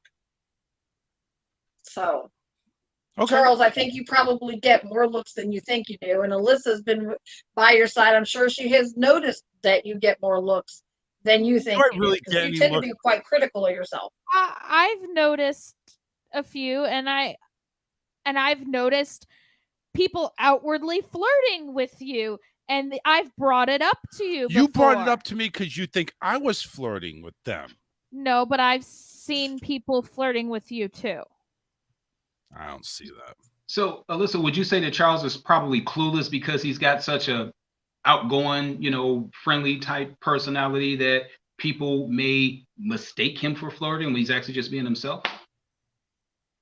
Yeah, I have brought that up to him on several occasions where he's kind of said something and he didn't take it as that he was flirting with the person, but it came off that way, at least from my view of it. Okay. And Charles, what is your response to that? I like you mentioned, it's like I'm seeing that as, ooh, sorry about that. I usually have that muted so that I could see the call coming in. John's on. John, don't go anywhere here. Let me answer this question real quick. I'm over here taking it like I'm just having a conversation, really. And sometimes my sense of humor comes off a little bit awkward. I mean, I'm one that you have to get used to my sense of humor, and I just never consider myself flirting. I'm just not that way. I'm not. I'll be honest with you. I don't have confidence to flirt and knowingly flirt. I really don't. But John, you're on the air. Go ahead. Hey, Charles. Don't listen. Let me put Karen. Let me put Karen on full screen. Dixie after the show. Let me put Karen on full screen because I know you want a shot of her. No, I don't want Karen. I want Charles. I don't wants the Charles. I don't. Hey, sweet pea. Hon, is this the type of people that are flirting on me? Is transsexuals here? No. Yeah. What do you want? You fucking call me a transsexual again? That's it. That's fucking it. I'm out. I love you, Karen. Love you, Alyssa. Love you too, John. Fuck you, Charles. Fuck you, Charles. Well, you lit that fire under his butt. I did not. Oh, yeah, you did. Listen, I'd rather him be pissed at me than come on to me like that. I'm sorry, John. I had to go ahead and oh God. But to recap on what Eric said, I completely do see your point, even though my self-esteem tends to tell me otherwise, because I used to wear the 3-piece suits all the time. Mm-hmm. And I had gone out with friends, and I've told David several times, I said, rarely did I actually get that walk-up flirt, or ask out or approach. And he would always say, well, were you in, your day-to-day wear, or did you go and put the high heels and the 3-piece suit on? He goes, because when I met you, you were in the 3-piece suit. And he goes, I have to tell you, it was intimidating. And he goes, guys get intimidated by that. And I'm like, so you have to dress down, but then society shows you the opposite. They show you, women doing themselves up and everything and thinking that that's what men are looking for. And they really aren't. To that point, I never wear makeup. I wear dresses and things like that, but I don't like dress up on a regular basis or anything like that. And I never really get approached by anybody most of the time. But when I was in college, long before Charles and I were together, I was wearing, I'm not kidding you, this oversized sweatshirt, ripped jeans. I'm like headphones on, watching something on my phone, or no, it couldn't have been my phone. I was listening to music because that was before we had smartphones. So I was listening to music, headphones on, head down, and I get hit on. In fact, I got asked out by just some totally random guy on the bus. So you just never know. I mean, even if you're dressed down and you're not even really prepared to even speak to anybody. Yeah, there you go. So and all these things that you said, you've seen people give me looks like, it's got to be looks of disgust. It really has to be. Like, yeah, I'm sorry. Somebody look at it like, oh my God, how can that guy be so freaking damn ugly? They're probably throwing it up in their mouth. Ugly, I didn't say I was, but I'm just saying that's what they're probably looking at. People have like different things. Some people, you're a guy, height, size, big, deep voice. You've got a certain presence about you. when you walk into a room, you really don't have to say much. You walk into a room, people know you're there. So some people are attracted to that type of quality. They The call it swag. confidence. Yeah, the confidence, Yeah. the swagger. So you know what? Sexy to people, what's attractive to people, it's different. Where me and you are probably oblivious to it. We walk into a room and it's like they know we're there. We ain't got to say nothing. It's like the mannerisms. You look confident. Your body language exudes confidence. So people are attracted to that confidence, that alpha, if you will. So I'm I didn't kind of liking the fact that it's like I have this body confidence, but inside it's like I got no confidence whatsoever. That's kind of the question I was going to ask, because I know myself, people that have known me for many, many, many years, if I even were to mention that I'm self-conscious or insecure, they're, what? No, because I'm the one that can either throw the party or attend one, and I'm talkative and socialize, and so they don't see it, but I do it because I am insecure. So it's just easier for me to like keep a conversation going or something to keep occupied from the thoughts that are in my head. So I was wondering, Charles, if that's something you do. I'm the opposite. I wear my insecurities right out there on my sleeve. I try my best to hide them. Yeah. A lot of times it's like, I just gotta keep it like deep down in my gut, and like I'm not letting that shit loose. It's just like You know what? Over the course of my life, I've had so many things that have went wrong. I'm like, screw it. It's just like it's like things are how they are. If somebody doesn't like me or don't feel like I'm an attractive whatever, I really don't care. 7 billion people in the world. Yeah, I know I'm not gonna please everybody. Especially anxiety in social situations. Do you? Yeah. Okay. She really does. She's not a social butterfly. She really isn't. If I'm going out with a bunch of people who I know, who I am friends with, and that, know me, and I'm great, I'm fine, I can talk, I can have no problem, I can let loose and, have a few drinks and whatever. But if I'm in a situation where I might know one or two people, but I don't know very many people at wherever it is that we're at, I get very anxious, and I don't like it. Social awkwardness. Yeah. I get it. Yeah, I mean, I know it's a thing now. A lot of people, even that were like very confident and socially into everything since this pandemic, we've had to readjust to going back to a society where we interact with people. Yeah.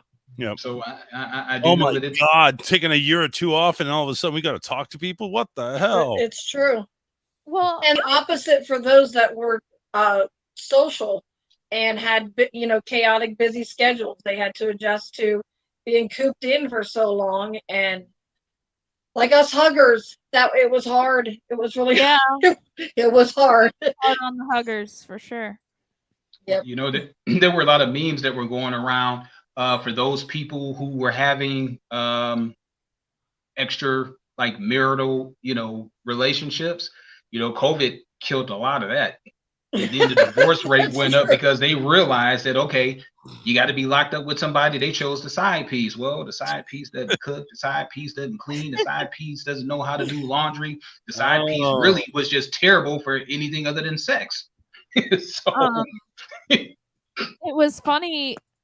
Last year, at the beginning of the school year, I was working in a classroom, and the teacher had introduced herself to me, and I put my hand out to shake her hand, and she's like, "Is it even appropriate to shake hands anymore? I don't know." Yeah, it's that awkward phase, like fist bump I'll do still. I mean, she was okay with it, but she was making sure that I was. I don't know why she was making sure if I was the one putting my hand out, but it was a really awkward situation because she's like, "Are we even allowed to shake hands anymore? I don't even know." I've asked that too. Like, are you okay with hugging? Are we what's your preference? Well, you have to find out. In my workplace, I have a lot of people who are uncomfortable with hugs in general. Right. Before the pandemic, they just don't like to be hugged. And I'm talking about the adults, not the kids. Okay. Yes. Yeah, I have 2 adult children that don't like to be touched. Like if you just put your hand on their shoulder without them knowing you're approaching them, they freak out. Well, touch I mean, but the fact that I'm working with autistic children, I mean, you might think it was the kids, but it's not usually. It's actually the adults. Well, hell, the children are easy to read, especially autistic ones. They'll let you know whether or not they want you. Oh, they. Yeah, Yes, they'll they let will. you They'll know. tell you if they don't like something. Trust me. Instantly. And that's what I love about autistic children, because it don't take much for them to let you know, like, nope. Let you have the brutal truth. Yeah. John was typing in, to be honest with y'all, man. I talk wild here, but in the public, I'm shy. I think it's my mental health going on. He was also saying the comment there. It's like, Charles, you're good people, brother. Glad I can get to you on times. And also he says he doesn't like crowds either. So yeah, a lot of people just don't care for the crowds. Apparently, I was fine with crowds until children. Disney and going, concerts, whatever. well, you got to handle the crowds going to Disney. I mean, that's what it is. Once I had kids and I had to start counting heads constantly, then my anxiety and my OCD kicked in, and it was, by the time I got out of a crowd, I'm a frazzled mess, and so I don't care for them. I'll still endure them. I just don't care for them. We only have one head to count, but I'm used to counting heads because I worked in daycare forever. Right. So I'm like, okay, how many kids do I have today? All right, make sure they're all here. Yep, they're all there. Make them count off. Yeah. No, they usually wouldn't do that. Got any issues with crowds? Give us a call, 813-699-5353. But going to go ahead and get to a topic that's kind of important, especially Alyssa's going to probably have a comment on this one here. There's a new lawsuit out that claims Skittles are not safe to eat. I don't care. I still like to taste the rainbow. Hell, how long has Skittles been around? Long. How long have I been eating Skittles and I haven't died yet? I'll just keep eating them. Well, the lawsuit alleges that Skittles are made with a known toxin called titanium dioxide, which is unfit for human consumption. In 2016, the candy maker Mars said it was planning to get rid of the chemical compound from its products. The lawsuit claims it's still being used. A Mars spokesperson says the company does not comment on pending litigation, but its use of titanium dioxide complies with FDA regulations. So, well, the thing about that is, there's stuff in everything that is not recommended to be eaten. We're all gonna die. But they put such trace amounts that it's still approved by the FDA. All right. Well, your city water has arsenic in it. Yeah. Well, yeah, so we can consume arsenic. We can consume titanium out of Skittles. You know what? Maybe the arsenic goes ahead and kills off the titanium dioxide, and we're all safe. And the arsenic just lives in us, I guess. I don't know. People are injecting botulism into their face. I mean, at this point, who cares? Is that the okay, I'm going to do that, just so you know. I have plans to do that. Why? Why would you do that? Well, because I don't want a wrinkle, number one. And number two, they say it also, see, it's up here, so it's close to the head region, or it's in the head region. So, and they say it helps migraines. I have heard that I'll give it a shot. Botox injections in certain areas can help with migraines. Yes. There's also a piercing. I know, but I'll do the Botox before I'll do the piercing. See, I'd rather do a piercing. I have a phobia of things being like penetrating my skin. I've got piercings in my ears already. Yeah.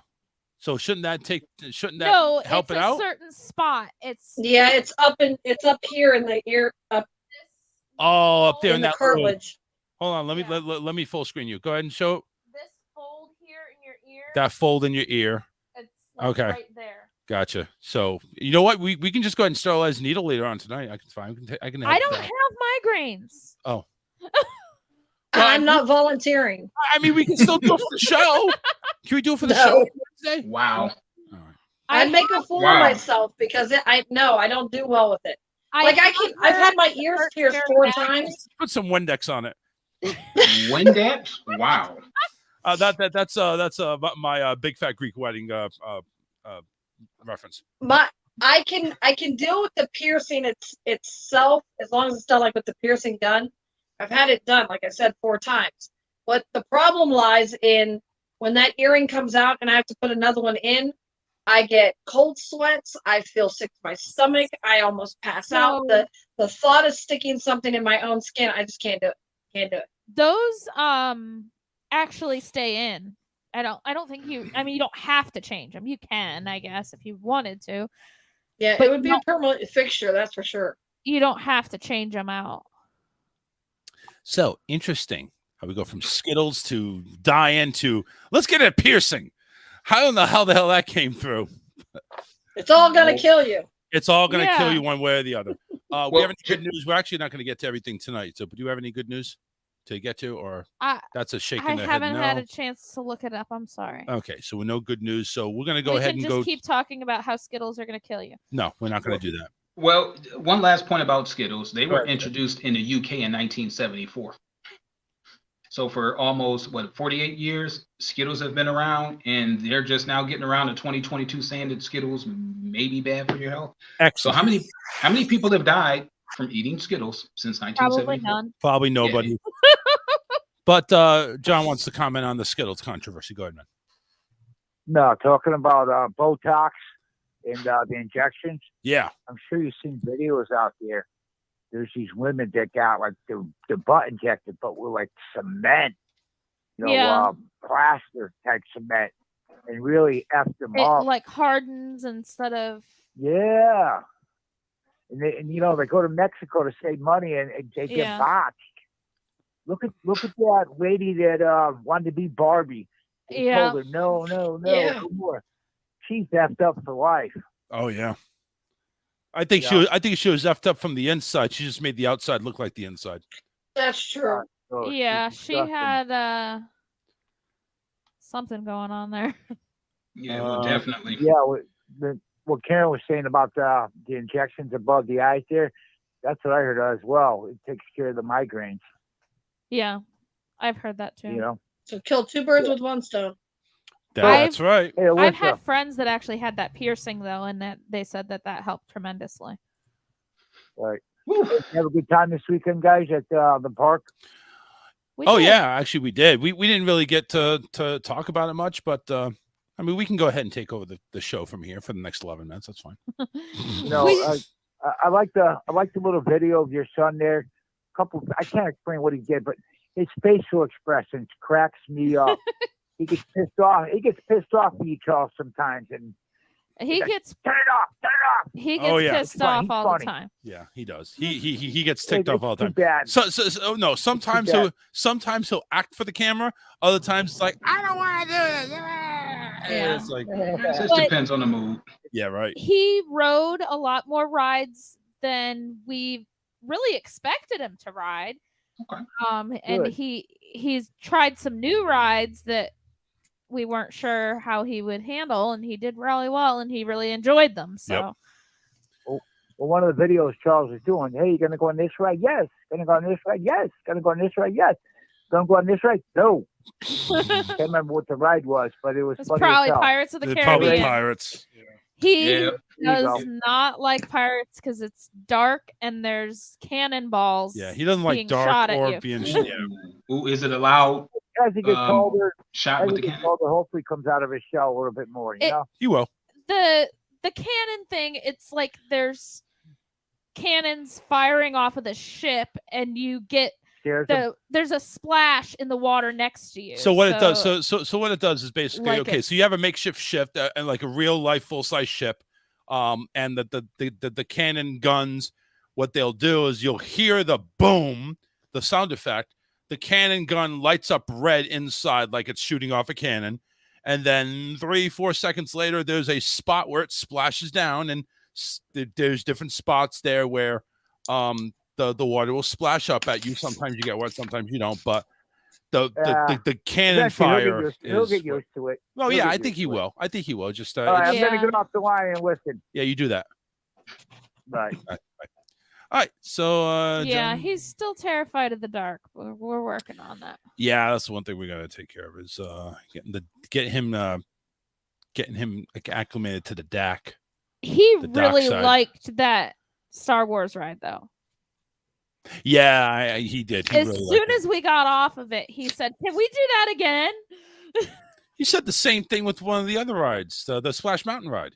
Yeah, he said liked that that one too. too. He wanted to go to the one that the log flume, the one that turned into the Princess and the Frog. Yeah. So, did y'all get a chance to do the multiple rides like the Star Wars ride and the Splash Mountain ride again for him?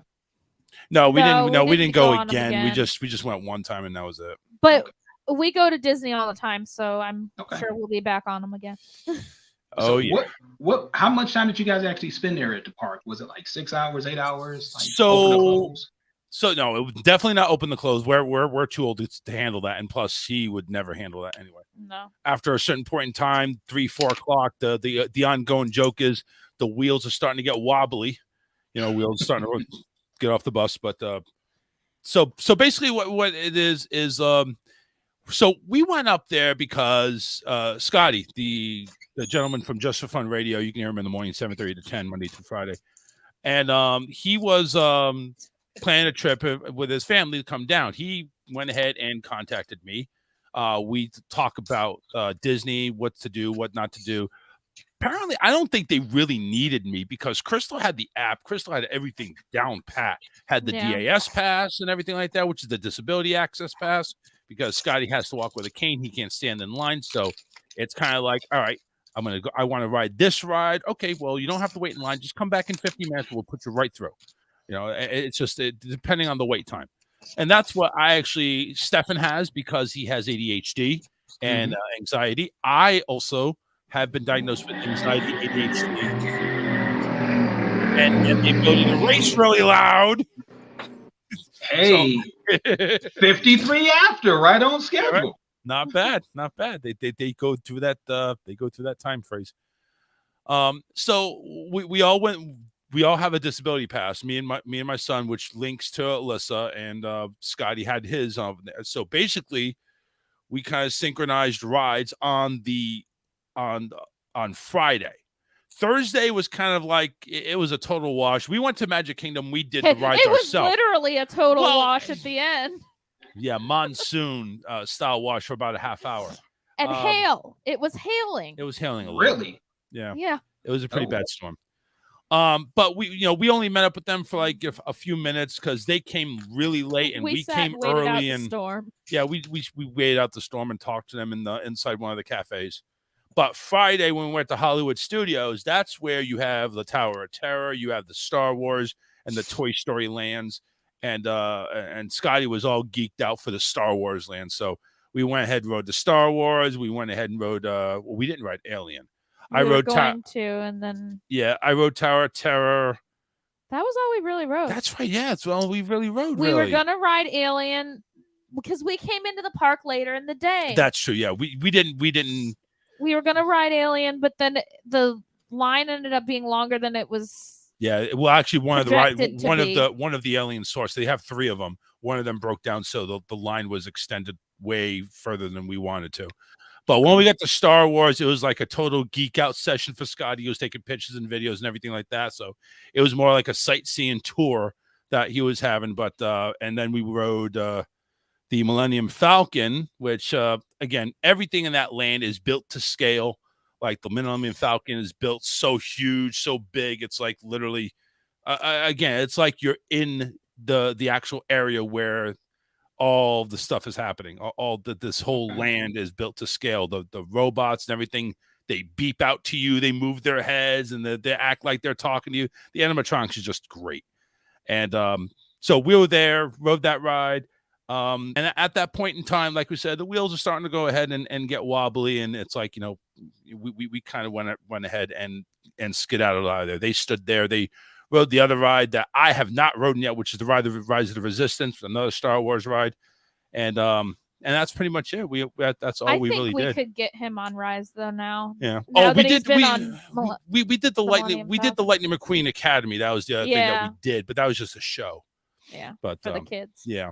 But listen, the whole trip there was good. I mean, we rode rides that we wanted to ride. I mean, we went to Epcot on Saturday just for one reason only, and that's for me to ride Guardians of the Galaxy, which you cannot get on unless you have a boarding group, which you have to basically be at 7 o'clock in the morning on the dot, or you don't get on unless you pay to get on.